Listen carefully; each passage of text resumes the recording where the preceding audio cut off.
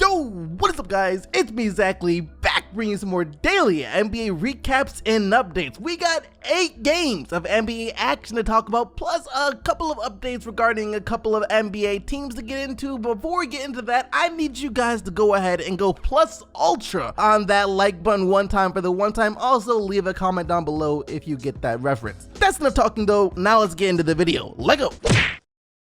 So the Orlando Magic just managed to defeat the Boston Celtics yet again, behind Terrence Ross in his 25 points as well as Aaron Gordon in his 28 points and 12 rebounds. And this win over the Celtics was the Magic's second straight win over the Boston Celtics this season, and not only that, but the 4th win for the Orlando Magic in the last 5 times that they have played against the Boston Celtics. The final score of this one reading 105 to 103, and even though the Boston Celtics lost, they had a shot at the end of the game to at least try and tie the game up or even win it with a 3, except Gordon Hayward on the inbound decided to give the ball to Jason Tatum to take the last shot instead of Kyrie Irving, and it would appear that that did not sit too well with Kyrie Irving, as immediately after Jason Tatum went on to miss the final shot to try and send the game into overtime, Kyrie Irving gave Gordon Hayward the J.R. Smith treatment. And what I mean by that is Kyrie Irving did the same thing to Gordon Hayward that LeBron James did to J.R. Smith after game 1 of the NBA Finals when J.R. Smith thought the Cleveland Cavaliers had the lead. So clearly, Kyrie Irving wasn't too happy about this, and we got even more reports about Kyrie Irving after the game. For example, one saying that Kyrie Irving after the game was sitting at his locker just staring blankly, not showering, not trying to talk to the media, not talking to anyone else, just contemplating how on earth the Boston Celtics managed to lose again. And when Kyrie Irving finally did speak to the media after this loss, he had quite a bit to say. For example, he says that it's not easy to be great, and that he doesn't think that some of the younger players on the team know what it means to truly be a great team. They don't know what it's like to experience a championship level game, so they can't possibly fathom how hard it is to be truly great.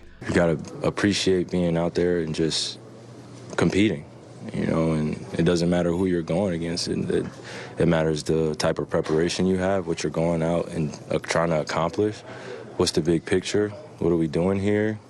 These are a lot of things that I don't think that some of my teammates have faced, of just every single day. It's not easy to be great. So the things that you're doing, that you've done your whole entire career, of being able to, you know, kind of coast by in certain situations, and you've gotten away with your youth and stuff like that, being on a championship ball club, you can't get away with that. And the reason he's saying this is most likely because more than halfway through the season, the Boston Celtics still aren't the team that everyone thought they would be coming into the season. They're not that championship level team. They're not quite up there with the Milwaukee Bucks or the Toronto Raptors as the favorites to come out of the Eastern Conference. It just hasn't been the year for the Boston Celtics that we thought it would be. So clearly this has Kyrie Irving frustrated, but I want to know what you guys think. Do you think Kyrie Irving has the right to be upset about this? Do you think that he was right about the Boston Celtics not knowing what it takes to be a great team? Let me know what you think down in the comment section below, and also let me know whether or not you think the Boston Celtics will eventually become that team at some point this season. Doc Rivers just called out the Eastern Conference big time. Okay, so first off, the Detroit Pistons played against the Los Angeles Clippers last night, and what was Blake Griffin's first time playing against the Los Angeles Clippers in LA since LA traded him to Detroit last year at the trade deadline. And Griffin in this game was an absolute monster. You could tell that he really wanted to have a great game against his former team. 44 points, 8 rebounds, and 5 assists for Griffin, while Drummond also had 20 points and 21 rebounds, and Detroit got the 109 to 104 win. And this is where the shade comes in, by the way. This is where the shots get fired, as after this game, Doc Rivers called out the entire Eastern Conference, saying the West is tough every night, and when you lose to an East Coast team, it hurts even more. Dang!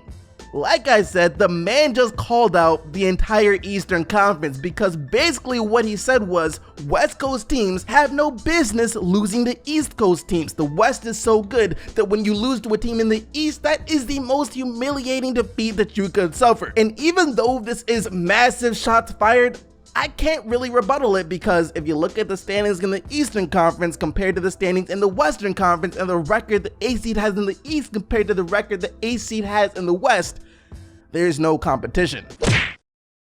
The Utah Jazz seem like they're finally figuring things out. I'm not gonna lie, the Utah Jazz to start off this season were one of the more disappointing teams in the NBA. A lot of people, including myself, projected them to be one of the top teams in the Western Conference, top 2, 3, or even 4 seed, seeing as to how the Houston Rockets had also gotten off to a slow start. There were questions around the San Antonio Spurs. The Western Conference, outside of the Golden State Warriors, at the start of the season was perceived to be wide open for anyone else. And a lot of us thought that one of the teams that would step into the spotlight would be the Utah Jazz. However, throughout the first half of the season, that wasn't really the case. But as of late, things have been changing, and that's mainly because Donovan Mitchell has been changing. He was in a sophomore slump to start the season, but he has now broken out of that and looks like the player that we all thought we were going to see this year. Last night, he led the Jazz to a win over the Chicago Bulls. Yes, just the Bulls, but a win is a win. 110-102 the final score. Donovan Mitchell finishing this game with 34 points, 6 rebounds, and 6 assists, while Rudy Gobert also played well with 15 points, 16 rebounds, and 8 assists. And after this game, Donovan Mitchell pretty much said that the Jazz have finally flipped the switch, saying that they were playing with their back against the walls for so long, and now that has drawn the best out of them, and they're beginning to find their rhythm. And that's definitely the case. And if you are the Los Angeles Lakers, this is why you should be very worried, because with this win, the Jazz are now 23-21 on the year, playing some very, very good basketball. Meanwhile, the Los Angeles Lakers are only a half game ahead of Donovan Mitchell and the Utah Jazz, with LeBron James being out for the foreseeable future as well. So we just had a showdown last night between two of the best bigs in the NBA, Anthony Davis going at Karl Anthony Towns. And in the past, this matchup was mainly dominated by Anthony Davis. He would basically make Karl Anthony Towns look like Karl Anthony frowns every single game. That's just how much better Anthony Davis was than Karl Anthony Towns. But this time, it was a lot different, as it was actually Karl Anthony Towns who ended up outplaying Anthony Davis. Towns with 27 points, 27 rebounds, and 4 blocks, going head to head with AD. Granted, AD did have a pretty solid game himself with 30 points and 14 rebounds. But the thing that mattered the most was Cat actually got the Wolves the win over the Pelicans, 110-106. And I have to say that ever since Jimmy Butler did get traded away from the Minnesota Timberwolves, Karl Anthony Towns has been stepping up big time. He has become the leader on that team, and a lot of the players look up to him. And he's even started to play better. In the month of January so far, the man is shooting the ball extremely well and averaging 27 points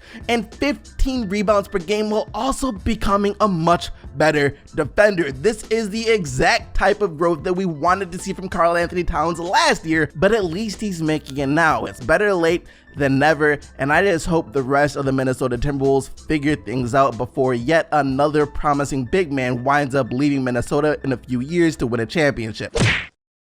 The Sacramento Kings managed to survive 31 points for Kemba Walker to get the pretty grindy 104-97 win. De'Aaron Fox and Buddy Hield with 21 points each, while Bogdanović also had 22 points off the bench. And this was a good win for the Sacramento Kings because it showed that they're able to stay in close games and win out a grindy game. That's one of the hardest things for a young up-and-coming team to be able to do, because typically in a close game down the stretch, they may lose their composure. The team with the more experience, the more veteran players will come away with the win, but that wasn't the case this time. So that's just a sign right there that this Kings team, it's not really just a fluke. They're starting to figure things out, and it won't be too long until they are one of those teams that will be in the playoffs for the very foreseeable future, as long as they keep De'Aaron Fox, Buddy Hield, Bogdanović, and all the other young players, which I'm sure shouldn't be too much of a problem.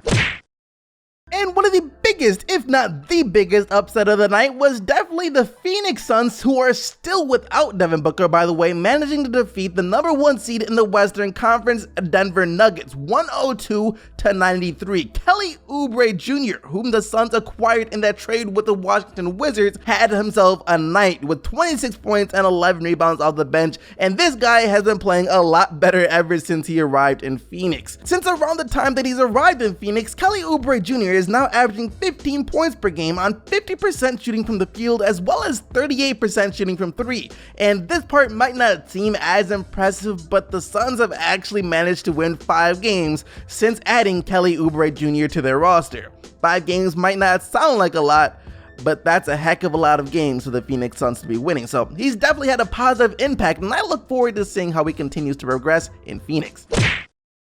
It's rematch time. The OKC Thunder looking to get revenge on the San Antonio Spurs. Of course, the last time these two teams played, we had that double overtime classic in which LaMarcus Aldridge scored his career high of 56 points. This game was different. No overtime and not as much of a classic. It was just the Thunder beating the Spurs 122 to 112. Dennis Schroeder, who hasn't been as good as a lot of people thought he would be coming off the Thunder's bench so far this season, did have himself a great game yesterday. Broke out of the slump that he's been in pretty much all season long, scoring 19 points. And Greg Popovich saying after the game that he was just slicing up and dicing up the San Antonio Spurs all night long. But it wasn't only him, as Russell Westbrook also did his thing with 24 points, 10 rebounds, and 7 assists.